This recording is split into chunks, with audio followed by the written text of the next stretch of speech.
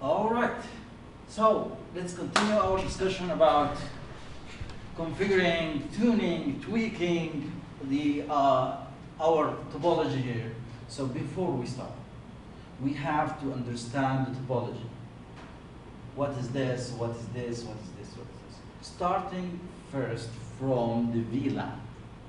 How many VLANs in the topology? But before talking VLAN, VLAN type, what is the IP address of the VLAN, let's start with asking you a question. What do you know about the VLAN? What is the definition of a VLAN?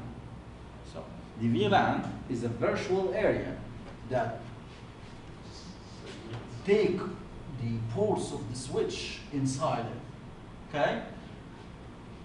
The purpose of the switch working and behaving depend on the VLAN is to optimizing the behavior, separating the traffic from different VLAN, another VLAN, another VLAN, another VLAN. Imagine that you have a switch. Let's just grab the switch.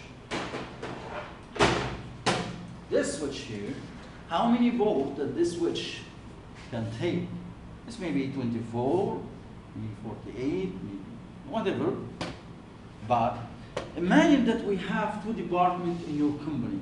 That you have the HR department, you have the sales department. Okay? You can actually put the two departments all beside each other in these ports. Okay? And you can give the HR VLAN an IP address, a network IP, and you have the sales, another network IP. It will work, but this is not the good behavior. The good behavior is you separate the traffic from the HR VLAN and the sales VLAN, optimizing the behavior. Okay? Well, your network is like your streets, your area. You need to optimize the traffic. Okay? We don't need a congestion to happen in your network. So first, we have how many VLAN there? We have 5 VLAN. We're separating our users into 5 VLANs. What is the 5 VLANs? First, we have 94, 92. Let me just. We have the green VLAN, which is VLAN 12. I name it Internet VLAN. Why? Because this VLAN is responsible to give the topology an internet access. Okay? Who's inside the Internet VLAN? You can look to the topology and you can see any device has a green link. It is belong to what? The Internet VLAN. So after I configure the VLAN on the switches and implementing the trunking ports between the switches, I should have an internet connectivity for these devices. Actually, you will do it, guys, and I will show you how you do it, step by step, recording every step we take, troubleshooting any possible problem that will face us. Okay? All right. So first of all, we have the VLAN 12, which is what? The Internet VLAN. Okay. What is the second VLAN? The second VLAN is VLAN 101, which is the employee VLAN, which contains the BC 92, 93, 94. This area 92, 93, 94. Okay? This is the employee VLAN. We're going to implement some policy after we build our topology next. So this is the second VLAN. The third VLAN, it's the guest VLAN. Imagine that you have a guest and you need to give him an internet access. You need to give him your network access. But you should take your consideration based on the security wise while you're giving him this. So this is what? This is the second VLAN or the third VLAN? This is the third VLAN. We have internet VLAN, we have the employee VLAN, we have the guest VLAN. Okay, the employee VLAN has the number 101.